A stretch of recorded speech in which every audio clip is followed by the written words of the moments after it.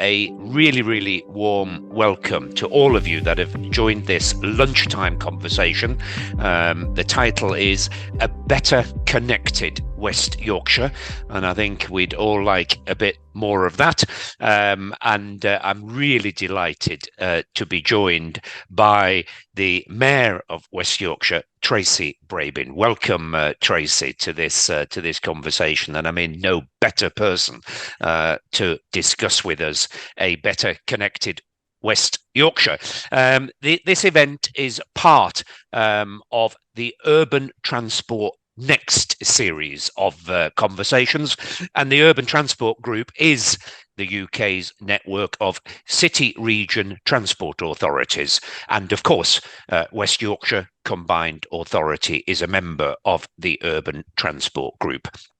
And the Urban Transport Group is to ensure that West Yorkshire and all other regions play their full part in making sure that all of our city regions are greener, fairer, happier, healthier, more prosperous, and of course, great places to travel in. To introduce myself, I'm Juergen Maier.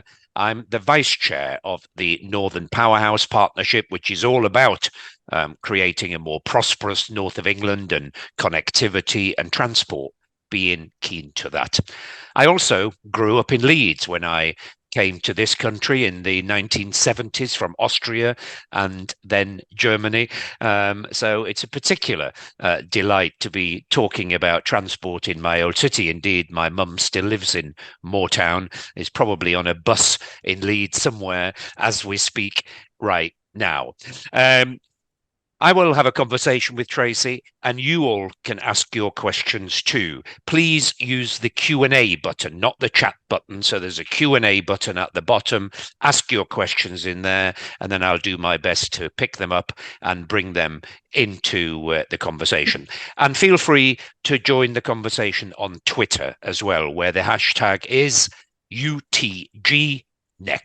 So please do feel free to Twitter away. So Tracy, we're going to just do a bit of a warm up, and because obviously we're talking about transport, but there are many reasons why you wanted to become the Mayor of West Yorkshire, and just to ask you the question, what made you go from your previous career, which I'm sure we'll talk a little bit about as well, being in the world of acting, to wanting to become the Mayor of West Yorkshire? Well, Juergen, growing up, I didn't think, when I'm a big girl, I'll be the Mayor of West Yorkshire. That definitely wasn't the plan.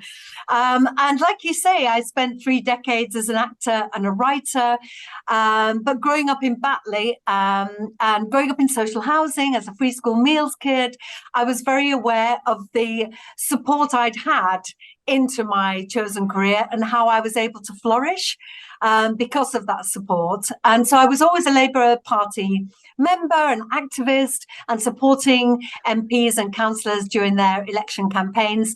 And that's how I met Jo Cox.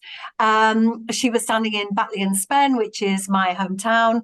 We got to be friends, and we campaigned after her election against the closures of libraries. We had a common passion there.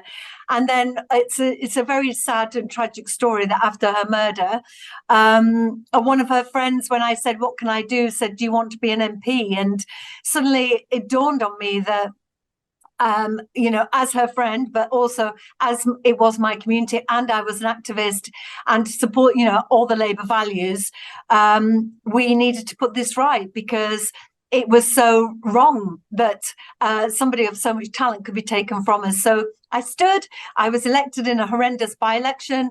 Then there was a snap general election 6 months in. And then I was elected with a bit more of a manifesto of my own. And then I was an MP for 5 years, 4 years on the Shadow Front bench.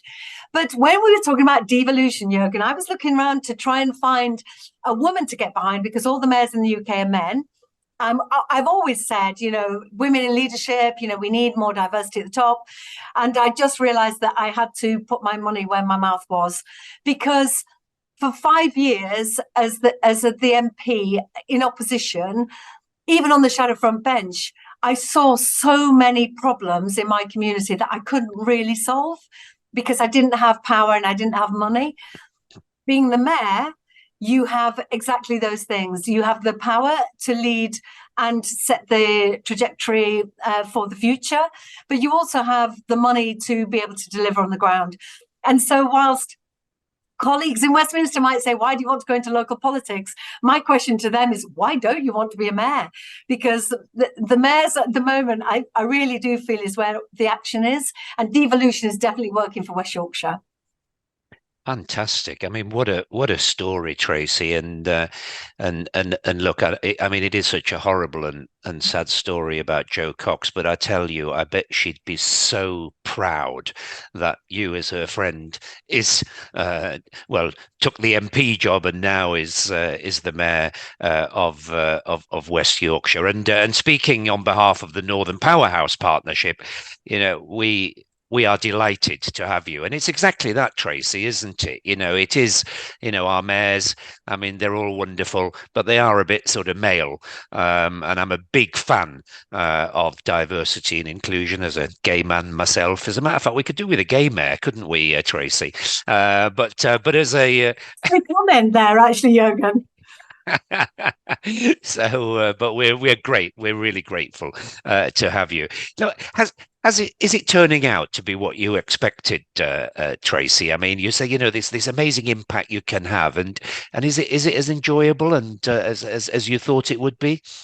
I actually didn't know what to expect, but I can't tell you how satisfying, challenging, thrilling, and exhilarating it is to be a mayor, because every day is so different. The Venn diagram of responsibilities.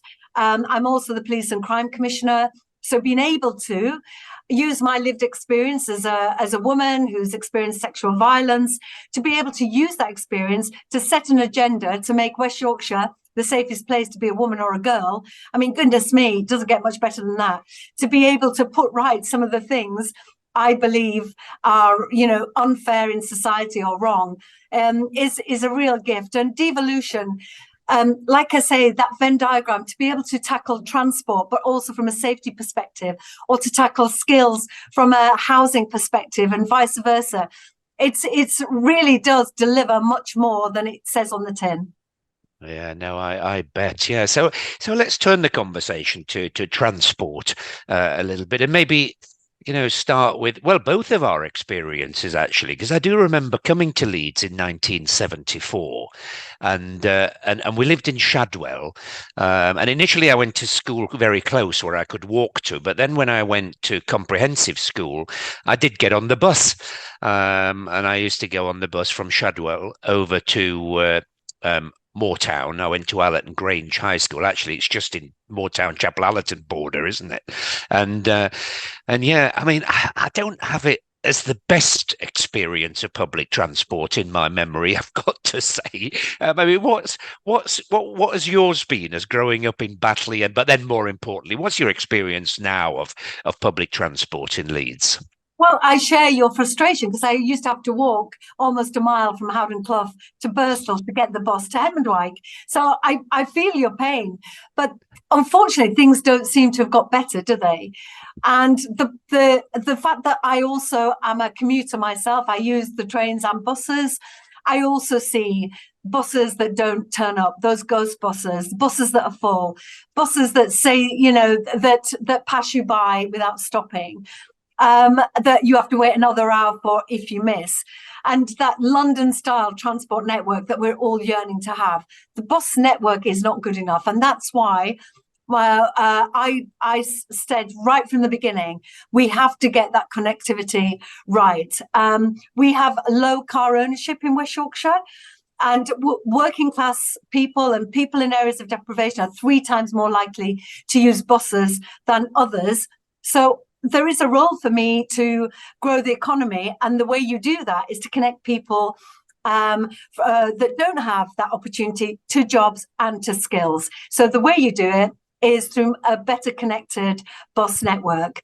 We don't have that currently. So that's why we've gone through the whole process and we're now at the point of consultation with the public about whether I take the decision in March next year to franchise our bus network, because we have to rely on that connectivity for communities that don't have a railway station, but also to have a transport plan that includes mass transit, and that mass transit is fed by the bus network, and that the bus network and mass transit also support active travel. So it is actually a really exciting moment for West Yorkshire to have this plan to reinvent the offer for the public. So one thing that I needed to do was to build patronage. After COVID, the numbers of people using buses was falling. And so whatever we needed to do, we had to get more people to use buses, whatever the outcome of the consultation. So that's why we were the first in the country to bring in mayor's fares, the £2 capped fare. And up to April 2023, we've saved the public £11 million on their bus travel. And we have seen an uptake in bus usage. We have, in an audit of people's feedback, saying that the buses are now, the fares are simpler, and have encouraged them to use the buses. So that is working. But no point in mayor's fares if a bus doesn't come. So that's why I've been investing some of the BSIP money into reinstating those routes that bus operators have cut. So we have to make it cheaper, more reliable, but also greener. And that's why I'm really focused on making sure we have electric buses. We only have 2% electric buses in West Yorkshire. So our ambition is, in the first instance, 19%. We can do that. And then, of course, wouldn't it be great if every single bus in West Yorkshire was electric? In some areas, because of topography, that's not possible. So we're also looking at hydrogen for buses. But it is key to get the bus network right. Yeah, no, totally agreed. Yeah, I mean, I'm a big fan of both electric and hydrogen buses, and I think both will be required in the end, actually. So that'll be great for Leeds. Is West Yorkshire up to public transport numbers of pre-COVID again now, or are we still below? In some groups with young people, we've bounced back and then some. Concessions are rising, but for older people, I think there's still a caution, or older people have decided to use their car and then haven't come back to the bus network. Right. So it's really important to me, if we make that decision to franchise the network, you've got to have a robust patronage as well. Irrespective of which decision I take, we have to get more people using the bus to tackle the climate emergency, if nothing else. In West Yorkshire, we've committed to zero carbon emissions by 2038, which is much sooner than the government's 2050. So we've got to get a move on. And the solution to the big part of that problem is transport. Yeah, no, I agree. Well, I'm sure we'll come back to the climate challenge as well. So, but just wondering, you're really passionate about bringing the bus network back under public control, which is part of what you've just been talking about and what you're trying to achieve. What's the key advantage you think that will bring to the listeners of this conversation here once you've managed to achieve that? Well, obviously, we're waiting for the outcomes of the consultation to then make the decision with all the evidence in front of us. But what I do know is that if you are running a network that is profit only, and that is your focus rather than social good, then you know that in city centres, you might have a decent bus network because you have good footfall. But for those communities that are the furthest away from opportunity, isolated estates that have one bus every 2 hours, we know we will not grow the economy if that is the priority. So that's why we started the work to look at what the best model would be. And you will have seen in Greater Manchester, in Liverpool and elsewhere, that there is an overwhelming change in direction to make sure that we can serve the public in a better way, because we can see evidence of how well it can work when you have a regular, reliable, affordable, clean bus network. Everybody uses it.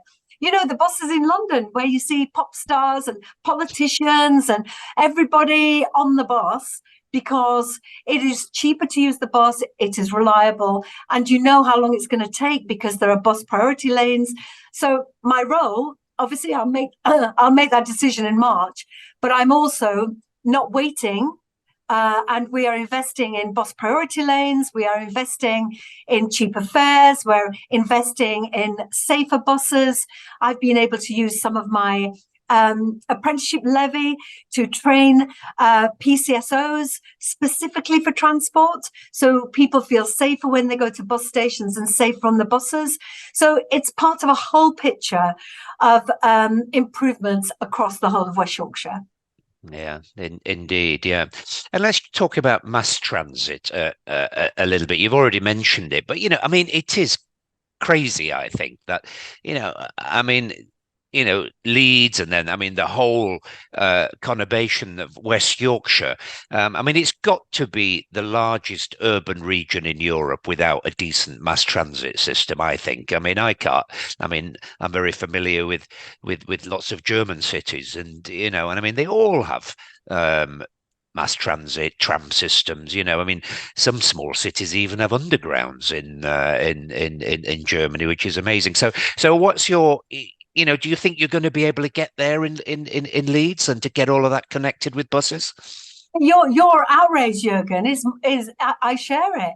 How is it right that Leeds and West Yorkshire, a conurbation of our size and our economic heft, we don't have a mass transit system? It doesn't make sense. So this is why we really focused in the first few months of becoming the mayor. How do we get this over the line? I know that in West Yorkshire, in Leeds, it's been tried before as the Leeds tram and so on.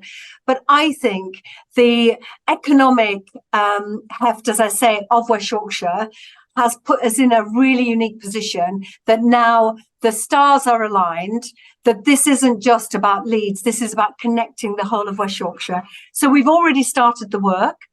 We are now at a stage where we're looking at 2 lines, Bradford line, Leeds line. We are looking at the corridors, and we'll be going out to public consultation on those imminently. We have got a support from government, which is very welcome. You'll have seen in the autumn statement that there was a commitment to West Yorkshire mass transit, and also you may have seen in the Infrastructure Commission also recommended to government that we get that funding for mass transit, and to ensure that we start the work not just in Leeds, but in Bradford and Leeds, because this is about connecting the whole of West Yorkshire. We have our plan, and I'd encourage people who are interested and transport geeks like myself, please do have a look at our website and look at the plan, and that will then go out to public consultation in more detail. But this is not something that can be done in a few years. This is going to be phased. It's going to be a process, and we will be adding to this mass transit network for many decades to come. So my job as a politician is also not just to persuade and to encourage this government to understand the value of unlocking areas of development, housing, business, and so on, but also any other iteration of government, that we should continue the enthusiasm for mass transit, because this is how you grow the economy. It's not just about connecting West Yorkshire, it's also about all of those jobs, what the supply chain of those businesses that are going to be delivering the bits of rail or the overhead, or the planning, the transport planning, all of these super well-paid jobs, tackling the climate emergency here in West Yorkshire. That's how you level up, that's how you grow.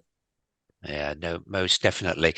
Can I just take us outside of West Yorkshire for a minute, because there's a really nice question just come in from Jonathan Riley. And I must admit, I want to get on to also talking about, how we get across the Pennines and how in the end it all connects together. But Jonathan makes a really good point. And again, it takes me back to my childhood, because I remember getting on the bus and going out to Harrogate and Otley and Ilkley. And Jonathan's asking exactly that question. There's very few bus services these days, especially for young people, to be able to get out and enjoy the wonderful Yorkshire Dales, which, I mean, they really are amazing, aren't they? It was sort of, when we came from Austria to Leeds, it was our sort of getaway that, reminded us a little bit of our own country, and we loved it. But there isn't frequent enough services. So are you thinking about being able to get more regular connectivity, just over the border into those lovely places? Well, I think there is an exciting moment in our history in the United Kingdom that is devolution. And whilst we have 2 Metro Mayors, South Yorkshire, West Yorkshire currently, there's going to be more Metro Mayors, and there will be 4 for Yorkshire. And what I'm hoping is that as Yorkshire Mayors, we could potentially work together to have exactly that, a Yorkshire Pass. Wouldn't that be amazing? And one of the things that was really important for me when we were developing our fare structure is that we had a number of different bus companies, Arriva, First, Transdev.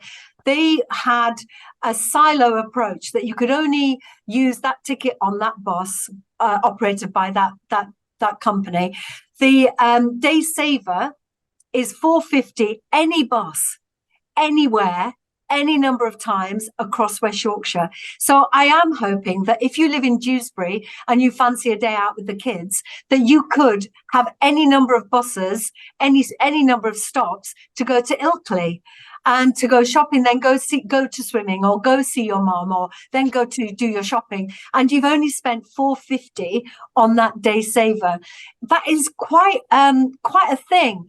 And whilst this isn't necessarily, I don't have the data to back this up, but I do believe it, that potentially women do more traveling on buses and have many trips, because it may be getting to work, picking up the kids, going to see their parents, or doing the shopping, or going to gym, or whatever. There may be an opportunity for inclusivity as well with this great fare that's only £4.50. And I do think we're ahead of the game as well with our M card, which is the most sophisticated travel card outside of the Oyster. And just imagine if we could have that ticketing for Yorkshire that is just a tap in, tap out M card. That's a Yorkshire card. So there's loads of opportunities that devolution is going to give us. Yeah, I love the idea of that Yorkshire Oyster card. It really, really, really is great. And just quickly, I know we're focusing on West Yorkshire here, but I actually now live in Greater Manchester, although I'm a regular visitor over to Leeds because, as I said, my mum is there. And to be honest with you, I can't persuade my mum to get on the train to come over here to Manchester. She still drives, or we have to pick her up, because it's not really the frequency. It's just it's just not comfortable most of the times, and there's delays. And actually, I saw you commented quite heavily on an article in the Observer on just on Sunday, didn't you, about telling some stories about the daily commute that people were suffering, from getting from Leeds to Bradford, or to Halifax, or indeed from Bradford over to Manchester. I mean, how are we going to sort this out, Tracy? Well, it's about investment, Juergen, and we finally got rid of those hellish pacer trains that, should be definitely in a museum somewhere. But I speak to the TOCs, the organisations regularly. We have a strategic partnership, and it is about investment in new rolling stock. Public expect decent trains where you've got Wi-Fi, you can charge your phone, where there's a buffet service, or buffet to get a cup of tea. You're dead right that quality of travel is also part of the experience. But the annoying thing is, you might have paid for your ticket and the train might be nice, but there's nowhere to sit. And you'll have seen the mayhem of the weekend, people rammed into trains coming out of London, heading to Manchester and trying to get across to Leeds. Absolute nightmare. The key is investment. And we have seen underinvestment in the North for decades. The last time we saw investment in the North at scale was the Victorians. It is really time for a sea change. We're ready for it. I'm hoping that with a potential change of government, there is that sense that we can now invest in the North. That's how you level up. That's how you tackle the climate emergency. We are the home of manufacturing. We can do this. We have the vision. We have the plan. It needs investment. I mean, I couldn't agree with you more, and Tracy, I sort of argue and campaign a lot for a more modern, industrialized Northern Britain, and we're making such progress actually, but our transport infrastructure just doesn't match up to that vision, and my goodness, obviously the upgrade to the existing line between Liverpool right the way through to Hull and up to York. I mean, it is happening, but it can't come quick enough. And then we need that new line to come across to include Bradford, and to just make the quality of the service so much better. Right, I'm going to take us back to local because Ray's put a nice. Well, it's less of a question than a comment, I think, really. And I'm pleased to hear that, Ray. Obviously, a regular traveller on the buses out to Harrogate and Ripon and Keighley, and he says that actually the services are excellent. So I'm pleased to hear it. I used to love a trip out to Betty's Tea Rooms in Harrogate from Moortown, but he says they get stuck in traffic. I mean, what can be done to make that easier? Well, it's a two-pronged approach. The investment in priority lanes. You've got to do that because if you've got the bus, it's all well and good, but if you're stuck in traffic, it's not reliable. So bus priorities. And then what I'm hoping is that because you can rely on the bus, you're less likely to use your car. We have got to give the public the impetus to leave the car on the drive because they can use public transport and can rely on it. That's the only way to solve it. And I know there's obviously conversations about, in other cities, congestion charges and so on to dissuade people to use their cars. We're not in that space. What we need at the moment is we need to make transport offer so great that you wouldn't want to use your car. And certainly around schools, for example, we've been investing a fair bit in walking to school programs so that parents don't jump in the car with their kids, that they can walk and have a chat and their children, or they can cycle in.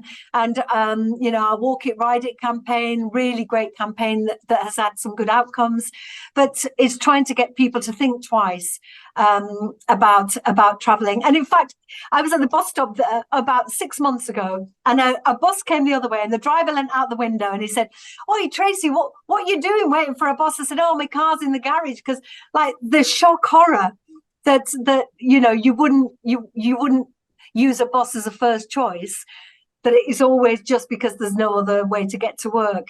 It can't be that people using cars and expensive taxis. We've got to make it work. Yeah, no, we do. And actually, I mean, you just mentioned cycles there, so I'll just pick up one of the questions that's just come in. And again, I used to cycle to school actually in Leeds, and honestly, I mean, there was just no, having come from Germany where there were cycle lanes everywhere, there was no cycle lane at all. And indeed, I do remember getting knocked off my bike once by a car and ending up in hospital with a broken wrist. And and we've just got to make this safer. So I mean, Will Evans-Jones asking the question here. You've just obviously put a consultation out on cycling. What's the response been, and is that going to be able to get much better?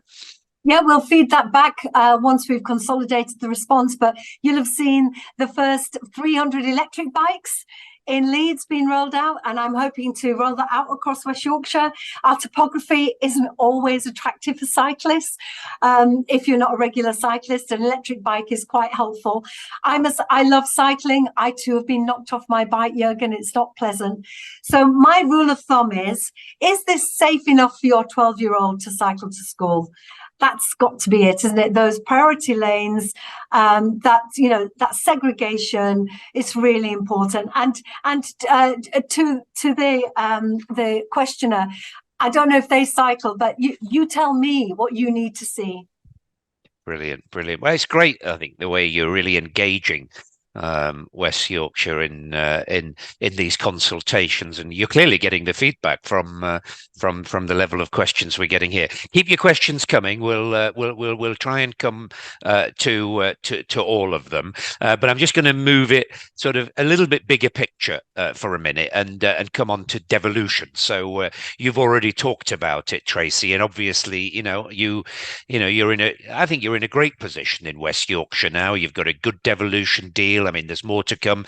Brilliant now, as you've already said, that there is now a new devolution deal in East Yorkshire and over to Hull. There's obviously already one in South Yorkshire. So, I mean, what's your hopes out of more devolution, and what more progress is that going to be able to help you make for West Yorkshire citizens?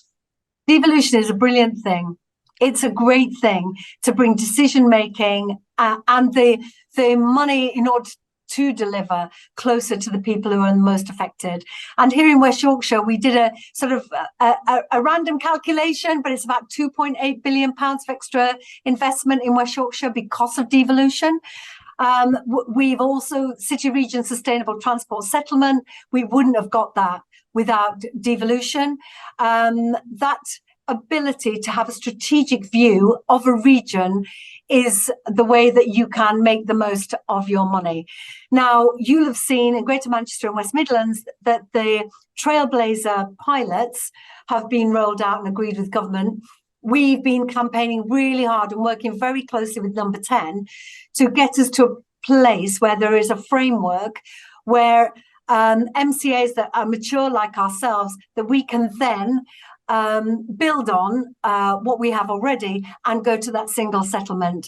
So the level 4 deal that we were able to get to with Michael Gove was really helpful in this space as well, getting it over the line. Jeremy Hunt, I know, was a fan of it.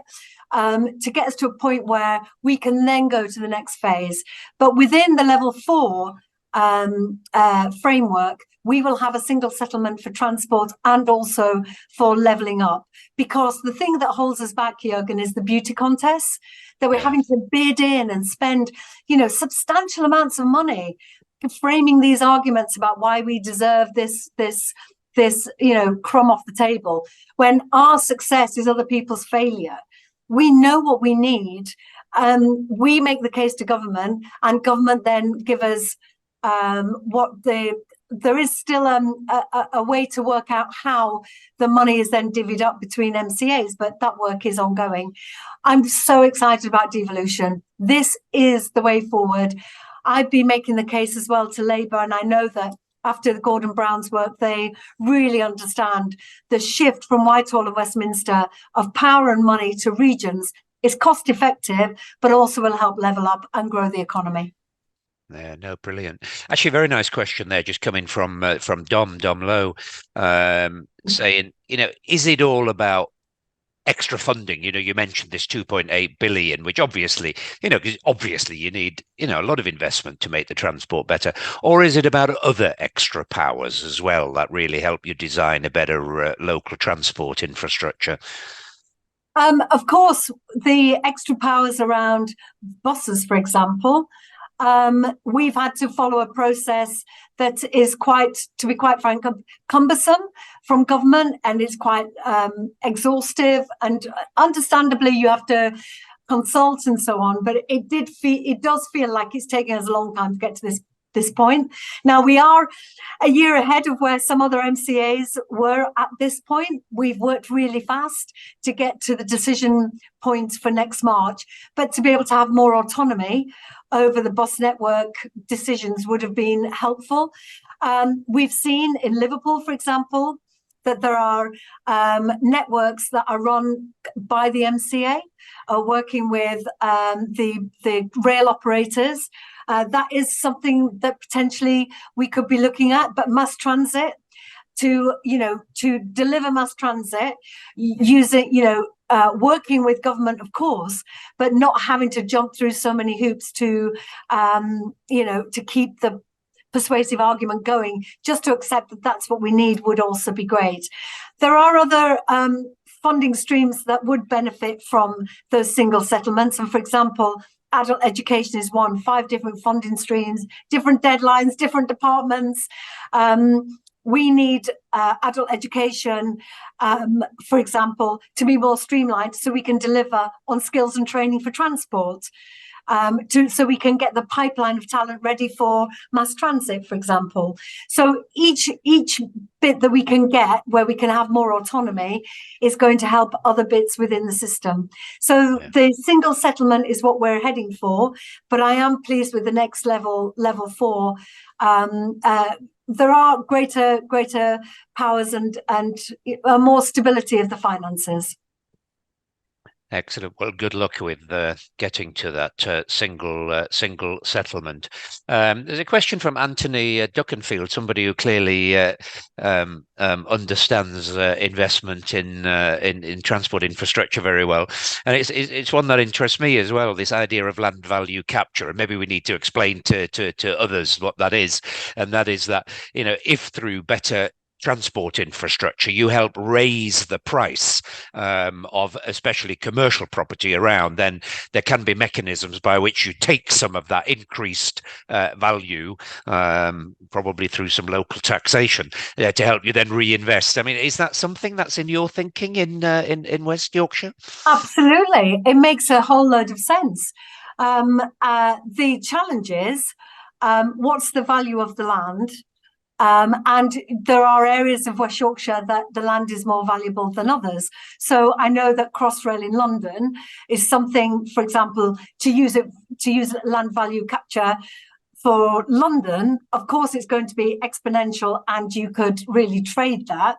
Here in West Yorkshire, we would have to be very clear that this, in some areas, could be a slow return and it would need patient finance. But there's also other ways to do it. It's not just about unlocking the value of a new development, say for business or housing, but potentially Leeds has had an innovation where the builders paid a tax on a roof of each house as the road was being developed, and that tax on the roof went towards paying for the road. So there is other ways to team and ladle this, but there is no doubt that we are going to have to find our own contribution.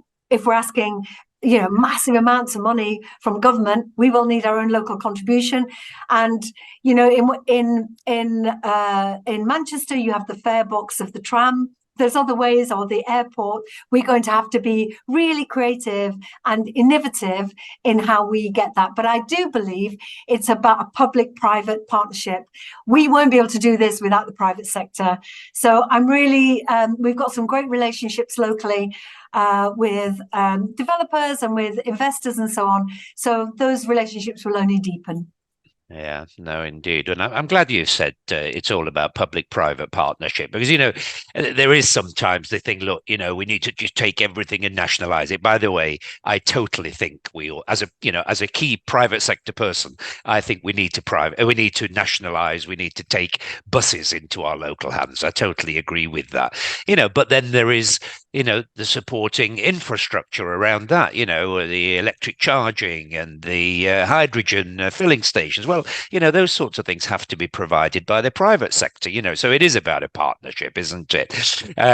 Well, look, we've got loads more questions going in. I'm going to try and get to a few of them in a minute. But before I do that, I'm just going to sort of come back to bigger picture just for a minute and look into next year, because, A, it's not far away. And B, it's going to be quite a big year, isn't it? Because, you've got mayoral elections, of course. We're definitely going to have a general election. We don't know yet when, whether it'll be nearer the beginning or whether it'll be nearer the end. We don't know that. But, how are you feeling about next year, and what are your sort of hopes? What will you be looking for from a future government? Well, I hope I'm re-elected, Juergen, in the first instance in May. I would be delighted if there's a general election in May, because that means more people come out to vote. And I'll be working really hard to tell the story about what we've delivered so far and what we hope to deliver in the next 4 years. But you're right, a change of government potentially could also shift the balance and the understanding about the investment in transport. I'm excited by the 28 billion for the green plan that we've seen that's been mentioned by Labour. I really think that the way you can level up the country, particularly as we're an area of manufacturing, is we know that transport is part of the solution to the climate emergency. I'm hoping we can have conversations about how that money could be helpful here across the north, working collectively as MCAs across the north, to have that vision of that green corridor, that zero carbon corridor of the north with transport all interconnected. So that's the story I'm telling. I do hope that Labour are going to continue their desire for further devolution to support mayors. But it's going to be an interesting and different relationship, because when things go wrong, sometimes it's easy to blame the current government. But when they're your friends, I'm not quite sure it's as easy to be so irritable. But I'm looking forward to next year. I do think it's going to be great. And if I could just put a plug in for Convention of the North, 1st of March, in Leeds, I think this is going to be a fantastic shop window for the North to say to whoever's going to be the government, this is who we are. This is what we want for the future. These are our ambitions, and this is our vision. So anybody that is interested in that, please do check it out, Convention of the North in March. Brilliant. I'll be there, Tracy. So let's move and take a few of these questions. So we've got at least a good 10 minutes left. So I mean, I think you've sort of just been discussing the one that Eduardo's asking a question here about, developing this high-speed transport link between the northern cities. This is really Northern Powerhouse Rail, which will be an extra line that will run all the way from Liverpool over into Leeds and create a lot more connectivity. So, I mean, any more thoughts on that? I mean, do you think we're going to make this happen, Tracy? Well, it needs to happen, Juergen, because it's about capacity. And that's why I was absolutely heartbroken and furious about the cancellation of HS2, because we have to connect these big cities for all of our benefit, for the national good. And then to say, well, we're now reinvesting that money in projects that are just little bits of what we had as our visionary plan developed over a number of years, with transport for the north. We know what we need, which is a new line east to west with a through station in Bradford. So government have said this, Network North, well, we will invest in a new station in Bradford. Thank you. I'm really grateful. We've been campaigning for a new station. It's terrific that will connect us to Huddersfield and then onto the upgraded Transpennine route. But that's not the limit of our ambitions. We want that new east to west line so we have greater capacity, because you and I will have both been sat behind a stopping train while we're on a fast train. And because there is no capacity and no resilience in the network, it all grinds to a halt. That is why that new line is needed. And we need that vision rather than just piecemeal, small pots of money to invest in stations or electrification. And electrification is great. The Sheffield to Leeds electrification, we really welcome it. But that was supposed to be part of HS2. That was cut. Then HS2 cut from Birmingham to Manchester. It just seems as if we can't do infrastructure in this country. We have no ambition. And I can't imagine what our European partners think about us. But when the Prime Minister's own infrastructure commissioner is saying, it shows we have no ambition or we're incapable of building infrastructure projects, I think that, that's a wake-up call to all of us. I totally agree with you. And look, I'm the same as you know, Tracy, and thanks for all your support as well. I mean, I think it's been brilliant the way all the mayors have worked together to see whether we can find a way forward, to see if we can find a sensible outcome for what is currently a very unsatisfactory situation on high speed too. And Eduardo just reminding me there as well that actually we do have a gay mayor in Andy Street, of course. I do know Andy well, by the way. I was thinking about northern mayors, but look, but what's brilliant is that, Andy is really supportive of that connectivity to the north.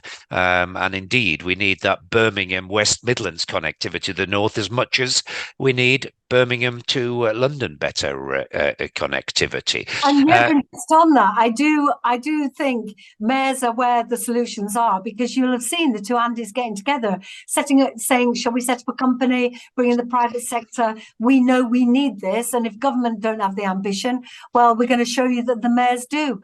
How the mayors worked together when Transpennine was utterly failing us, and being, we represent 22 million people. We are a force for good.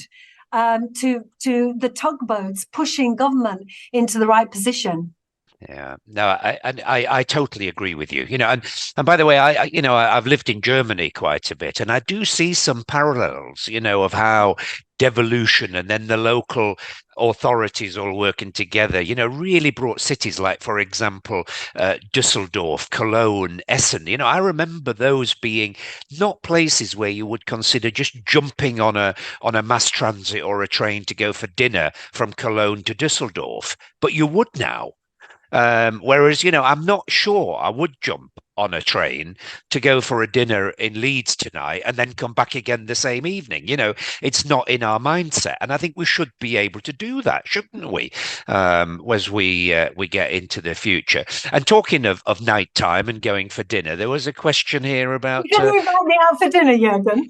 Oh, yeah, we should do that, Tracy. We should do that. Let's give it a go, see if I can get back the same evening on the train. And Martin's asking the question here: what is the plan for the nighttime economy?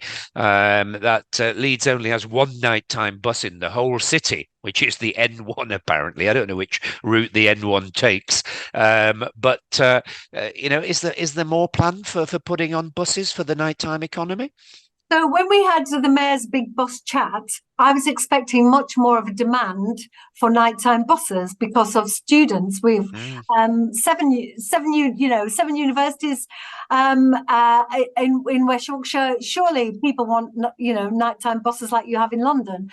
There wasn't as much of a demand as I thought, and they are eye-wateringly expensive. However, I know that there is a fair chunk of the nighttime economy workforce that work for the NHS, that don't necessarily have the same resources available for healthy eating, proper transport, safe travel, that if you work in the daytime. So it's something that I'm really looking into, and actually looking at it from a fairness point of view, that if you work at night, you shouldn't be disadvantaged because of the time that you work in comparison to somebody that works in the day. What I'm particularly concerned about, more of a priority for me actually, is the early bus and the late bus. And hearing stories of people who work on a trading estate, and the only way a group of workers could get to work is for all of them to pile into one car and one of them travel in the boot. This is no good. We want earlier buses to make sure that people can get to work on time. If you start at 6, you're going to need an early bus rather than the nighttime buses. But if there is a need, this is where, when we've taken the decision about franchising, that ability to then work out, what does your community, your citizens, what do they need? What are they asking for in a bus network, rather than what is the most, profitable? Yeah, no, very good. So there you go, Martin. So you need to get your people who are enjoying the nighttime economy to answer the consultations and create the demand, because I'm sure there is the demand, and as you say, when you take into account the nighttime workers as well. Tracy, there was a question here when we were earlier talking about hydrogen, and a question here, and I can help here a little bit as well because I really do quite support the hydrogen economy. And it's saying, are hydrogen fueled buses viable, given that hydrogen is not being produced in the UK? Brackets, I can clarify, we can definitely produce hydrogen in the UK, but some will be imported, I know. So what's your view in terms of the cost of hydrogen buses? I think this is part of our future. Hydrogen has got to be part of the picture because you cannot have battery-powered buses across some of our topography. You've got to find another way to do it. We've seen across the world that large vehicles, whether that's delivery vehicles, whether that's plant machinery, plant vehicles, that hydrogen can be useful.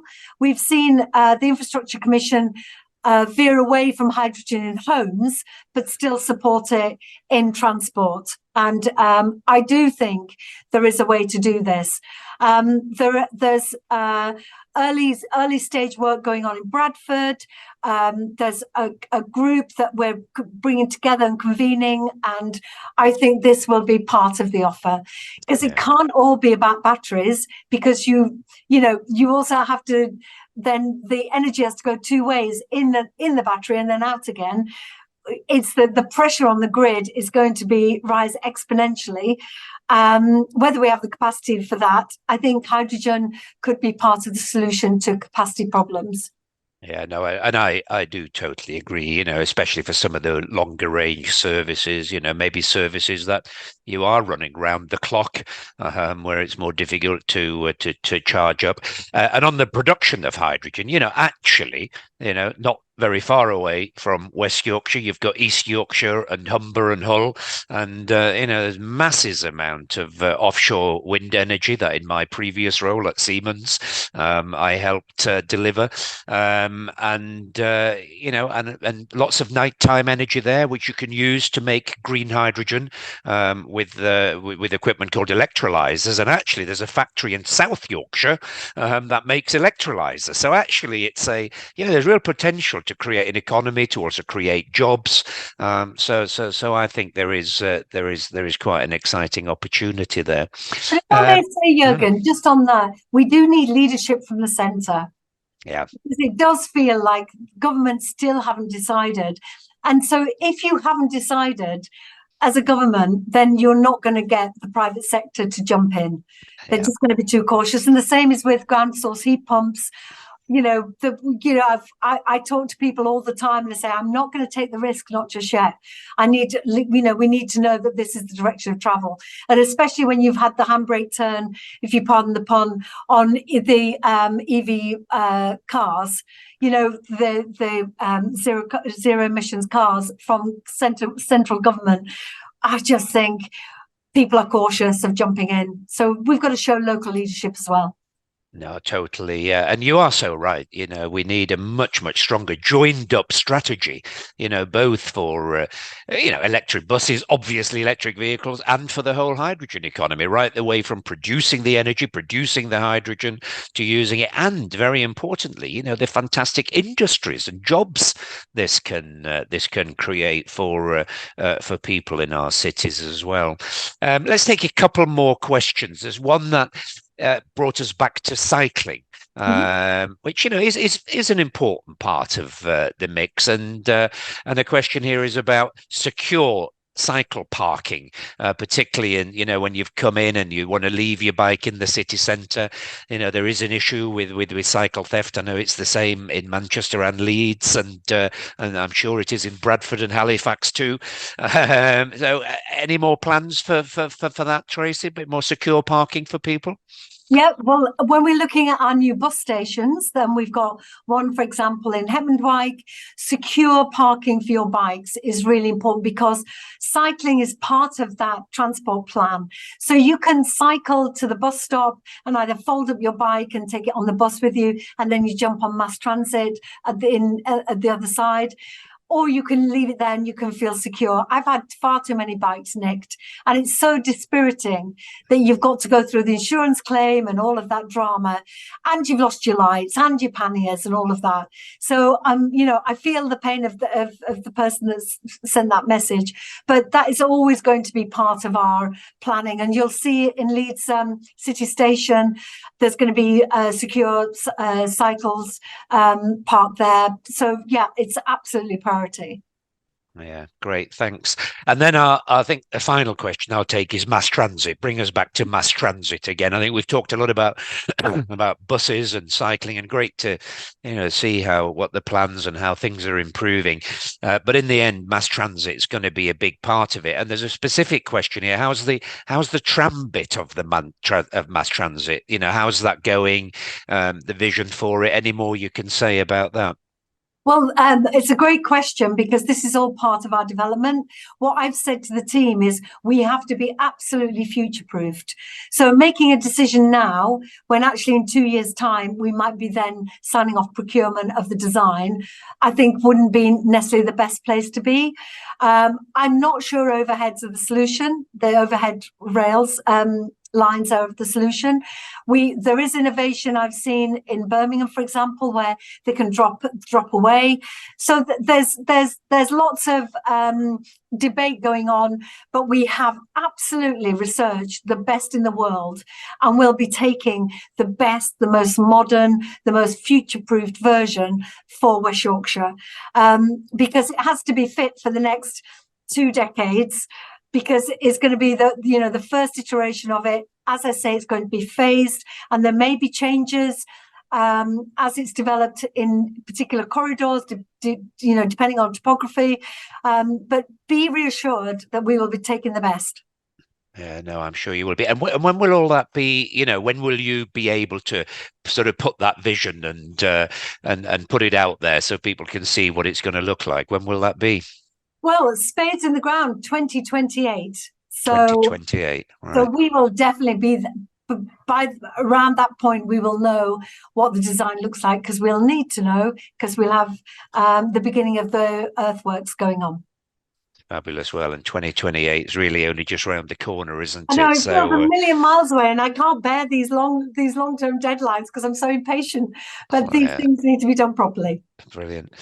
We're nearly out of time, but I've got to ask one final question myself, Tracy, which is, coming back to where you started as an actress, and what's your favorite transport related movie, or maybe TV show, or can you link acting back to transport for us? Planes, automobiles. I don't know. Railway Children. I mean, it's got to be that, hasn't it? Because it's all shot in Yorkshire. And actually, having seen the original as a kid and just hearing accents on the telly, when, I had a very thick Yorkshire accent. So to hear yourself reflected sometimes is quite good. Fantastic. Oh, perfect. Now, you've had that question before, haven't you? That was a very smooth and quick answer. Railway Children it is. I'll get it out and have another watch of it over Christmas. We really have run out of time. Tracy, it's been absolutely fabulous speaking to you. And I must admit, it's sort of exciting to hear about the plans for West Yorkshire. I just wish you so well with all of those plans. I personally think that West Yorkshire is lucky to have you. I hope it goes well in the elections in May. And really, thank you very much for taking the time, joining the conversation by the number of questions we've had, and I'm sorry we didn't manage to get to all of them, but maybe it's a conversation we can continue at some point, because the Urban Transport Group, who put this conversation on for you, they will be hosting future online conversations about the future of transport in West Yorkshire, because it is so important to all of us, isn't it?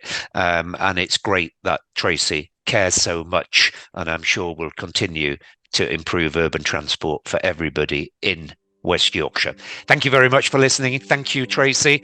You have a great afternoon. Thank you very much, everybody. Bye-bye. Thank you, Juergen. Thanks, folks.